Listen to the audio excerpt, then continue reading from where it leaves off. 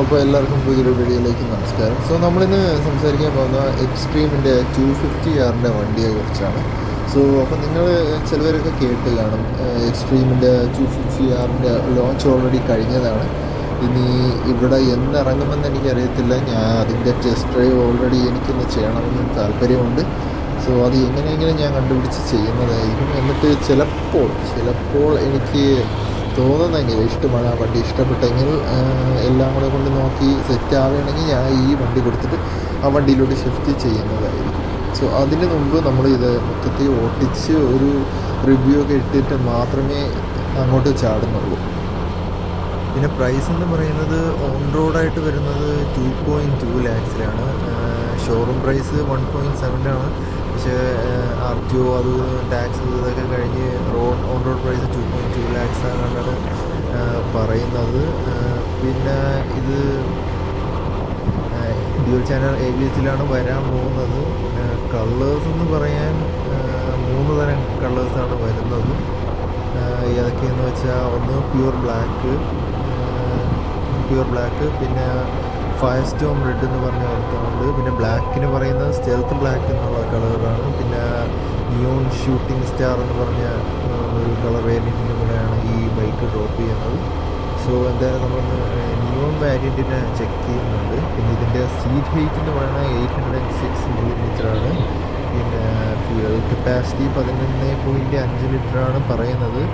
Mileage നമുക്കൊരു hero അല്ലേ 250cc ആയതുകൊണ്ട് നമുക്കൊരു 45 to 50 പ്രതീക്ഷിക്കാം.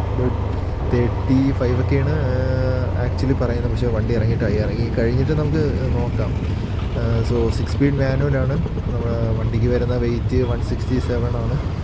പിന്നെ 249.3 cc-യുടെ എൻജിൻ കപ്പാസിറ്റിയാണ് നമ്മുടെ എക്സ്ട്രീം 250R വരുന്നത്. എന്തായാലും എക്സ്ചേഞ്ചിൻ്റെ കാര്യത്തിൽ ഞാൻ കുറച്ച് ഡൗട്ടാണ്. കാരണം അത്ര ഇമ്പ്രസീവായിട്ട് എനിക്ക് തോന്നിയില്ല. ബട്ട് നമുക്ക് ടോപ്പ് സ്പീഡ് നോക്കുകയാണെങ്കിൽ 130 ഒക്കെയാണ് ഇപ്പോൾ പറയുന്നത്. ബട്ട് വണ്ടി ഇറങ്ങി കഴിഞ്ഞിട്ട് അറിയാം എങ്ങനെയൊക്കെയാണ് എന്നൊക്കെ. പിന്നെ എന്തായാലും ലുക്കിലൊരു രക്ഷയില്ല. എക്സ്ട്രീം 125R-നേക്കാളും അതിന് കുറച്ച് ബൾക്കി ഫീലിങ്ങുള്ള വണ്ടിയായിട്ട് തന്നെയാണ് ഇറക്കിയിരിക്കുന്നത്. അതിലൊരു എനിക്ക് ഇഷ്ടപ്പെട്ടു. പിന്നെ നമ്മുടെ 250cc-യുടെ ഈ എക്സ്ട്രീമിനെ കുറിച്ച് പറയുകയാണെങ്കിൽ ഇതിൻ്റെ ഫ്രണ്ട് സസ്പെൻഷനിൽ 43 mm അപ്സൈഡ് ഡൗൺ ഫോർക്കാണ് വരുന്നത്. പിന്നെ റിയറിൻ്റെ ഗ്യാസ് ചാർജും ഷോക്കാണ്. പിന്നെ ഫ്രണ്ടിലും റിയറിലും ഡിസ്ക് ബ്രേക്ക് തന്നെയാണ് വരുന്നത്. ഫ്രണ്ടിൽ 320 mm ഡിസ്ക് ബ്രേക്സും പിന്നെ 2 പിസ്റ്റൻ്റെ ക്യാലിപ്പറാണ് ഫ്രണ്ടിൽ വരുന്നത്.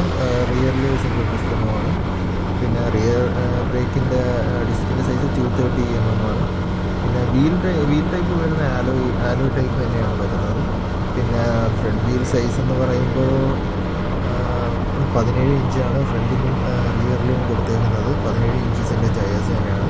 പിന്നെ ഇത്തവണ 110 ഫ്രണ്ട് 110 സെക്ഷൻ്റെ ടയേഴ്സാണ് ഇത്തവണ ഫ്രണ്ടിൽ കൊടുത്തേക്കുന്നത്. 125R-ലാണെങ്കിൽ 90 സെക്ഷൻ്റെ ടയറാണെങ്കിലും ഇപ്പം ഈ 250R-നകത്താണെങ്കിൽ 110-ൻ്റെ ടയർ സെക്ഷൻസാണ് കൊടുക്കുന്നത്. റിയറിൽ 150-ആണ്.